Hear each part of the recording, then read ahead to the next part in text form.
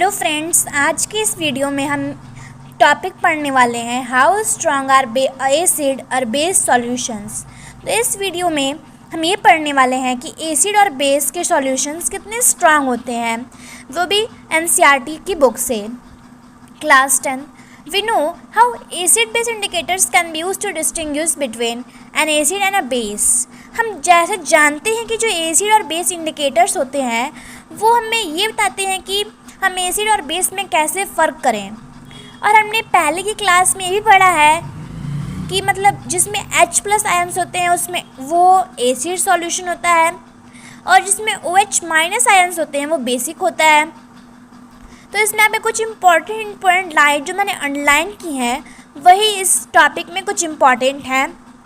आपको पता है कि जो यूनिवर्सल इंडिकेटर्स होता है वो बहुत सारे इंडिकेटर्स का मिक्सचर होता है और मतलब वो हर एक सॉल्यूशन में अपने डिफरेंट कंसंट्रेशन को दिखाता है, मतलब उसमें कितने हाइड्रोजन के आयन हैं।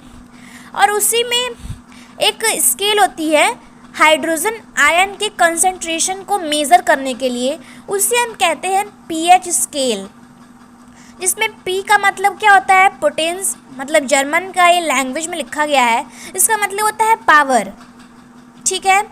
On the pH scale, we can measure pH generally for 0 very acidic to very alkaline। आपको alkaline मतलब पता है? alkaline मतलब जो वाटर में soluble हो सके। ठीक है।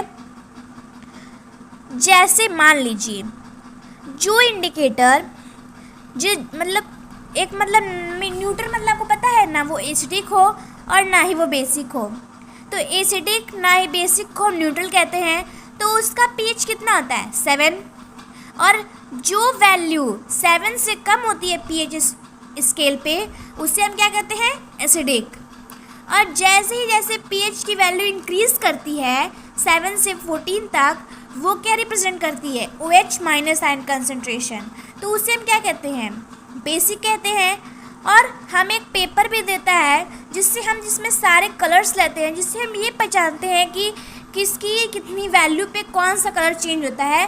तो उस टॉपिक को हम कल पढ़ेंगे। तो आज के लिए बस इतना ही। अगर आपको कोई भी इसमें मतलब कोई भी टॉपिक समझ में नहीं आता है तो मुझे इस पे कमेंट करके बताएं कि आपको ये समझ में नहीं आया है। Thank you, have a nice day.